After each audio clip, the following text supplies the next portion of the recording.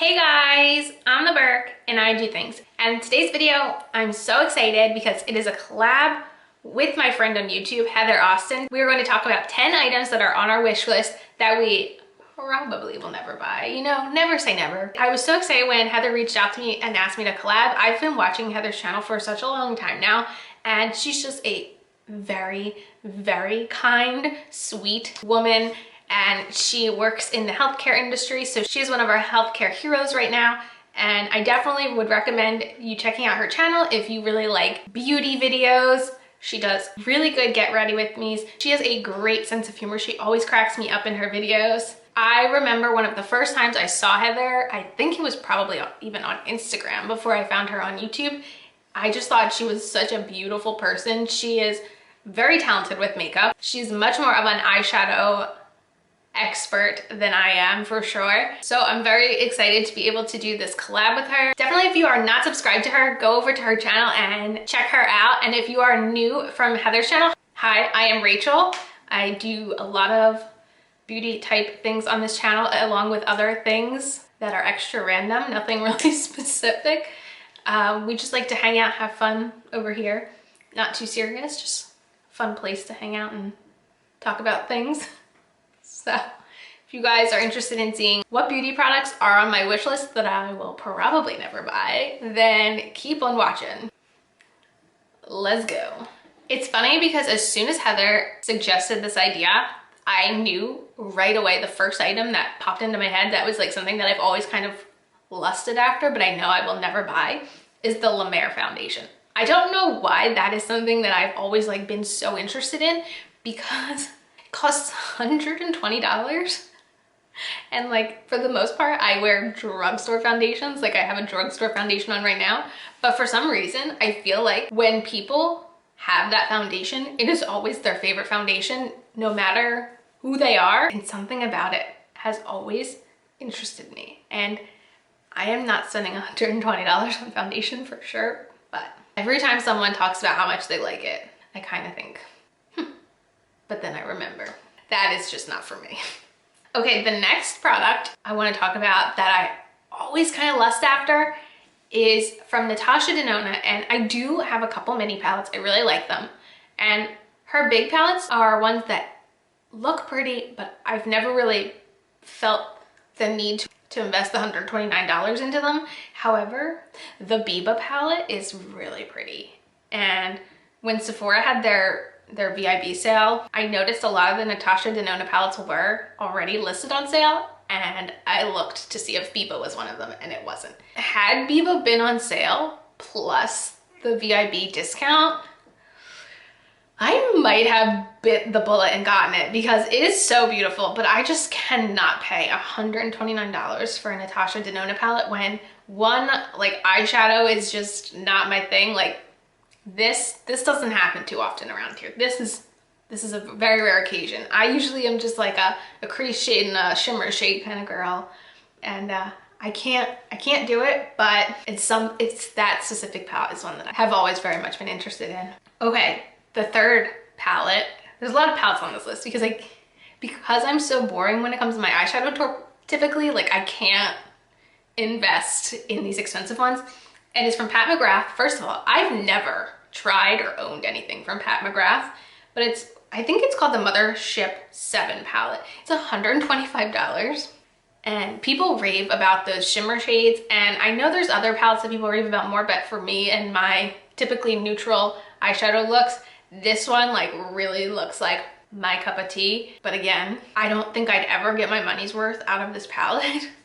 But it does look beautiful, and people just rave about that shimmer formula, and I do love a good shimmer, and it would be lovely, but I do have my limits. For reference, the most money I've ever spent on one eyeshadow palette ever is the Too Faced Gingerbread palette, which is $49. So I've never spent more than $49 on any eyeshadow palette my entire life. Okay, another product on my wish list is the Charlotte Tilbury Airbrush Powder. This retails for $45, and it really sounds lovely. It sounds like something I would really enjoy. However, I know that this is a product that people just fly through because it's so lightly pressed and people use it quickly.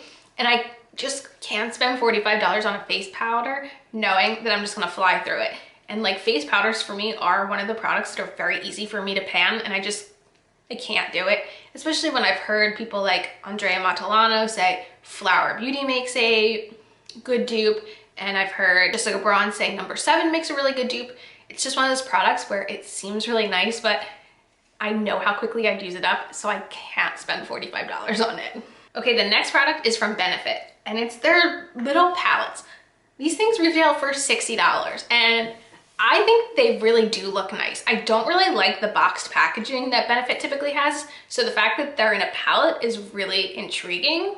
And especially one of the more recent ones that they came out with, like, I was actually interested in the products that were in it. However, the fact that instead of just putting 6 powders in there, they put 5 powders in the little spot for that brush, it just like irks me so much. It's like the video where I talked about packaging that I can't stand. Like, if I'm spending $60, can I just have 6 powders? Do I really have to have that brush? I'd much rather have like another blush, another highlighter, another anything. But yeah, this one, like the concept I like, but like I can't pay $60 for this. Okay, the next one is kind of general, but it is the Hourglass holiday palettes. The ones that come with 6 products that are $80. I mean, the powders sound amazing. It sounds like something I would love, but like, I don't know. I can't do it. I mean, every holiday season when they come out, I look at them. I hear everyone rave about them. People put them in their favorites videos. People say how worth the money they are. And I haven't been able to do it, but they're very pretty. And I hear nothing but amazing things about Hourglass products. And I've never tried an Hourglass like face powder. The only thing I've tried is the loose setting powder, and I did like that, but I've never tried like a bronzer, a blush, a finishing powder, any of that. But yeah, those $80 palettes are really pretty. Okay, the next thing are those quads from Tom Ford. I'm not thinking of one in particular, but they are really pretty looking, but they are $88 for a quad of eyeshadows. I watch Morgan Turner's channel, and she loves them and is always like talking about them and raving about them, and they look pretty, and I'm sure the quality is wonderful, but I just said I couldn't spend $80 on 6 face products from Hourglass. How can I spend $88 on 4 eyeshadows? But like the little, like I love small neutral palettes, and like, yeah. Okay, next on my list is the perfume from Sol de Janeiro. It is $78. And I've heard multiple people say it doesn't last as good as the body spray. And I love this body spray. This is the second one of the body sprays I've had, and like, I mean, I basically wear this stuff daily, and even though I know that, it just looks so pretty. And I know that I should just keep buying the body spray. But that perfume, like I don't like perfume. Like if you are not new to this channel, you know like I don't wear perfume, I don't like perfume. I am like a body spray girl, but something about the Boom Boom Cream being in a perfume with like a disco ball on top is very desirable to me. But I know I should not get it. Okay, another product are the brushes from Sonia Ji. Like here's the eye brush set that's like $60. I love my drugstore brushes, obviously. I love Moda, I love e.l.f., I love Real Techniques, I love BH Cosmetics. But the way people talk about the Sonia Ji brushes, I mean, they sound wonderful. I mean, they sell out probably for a reason, I assume. But I just, when I can go to like Target and get such affordable brushes, I cannot ever justify spending $60 on an eye brush set, but oh, they really do seem like a very nice quality brush. So yeah, they're on my I'll never buy wish list for sure. Okay, I have one last product, and it's not again like a specific palette. It's the 12 pan palettes from Viseart.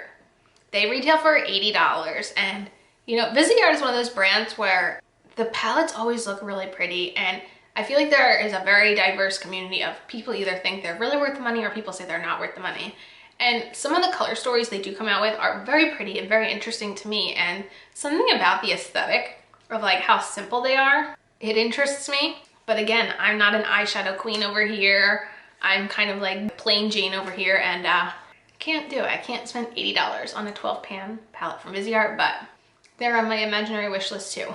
So yeah, those are 10 products that I lust after, but I'm not going to buy. So definitely let me know in the comments what your like imaginary wish list is, that if you had infinite money, what would you buy with it? And if you are new from Heather's channel, I hope you stick around and hang out with us over here. And if you haven't checked out Heather's video yet, I will definitely link her channel down below. And yeah, that is it for this video. As usual, thanks for stopping by my channel. If you're new here, click the subscribe button and ring that bell for notifications. I have my Twitter and my Instagram down below. Give them a follow, and I'll see you in the next video. Bye guys!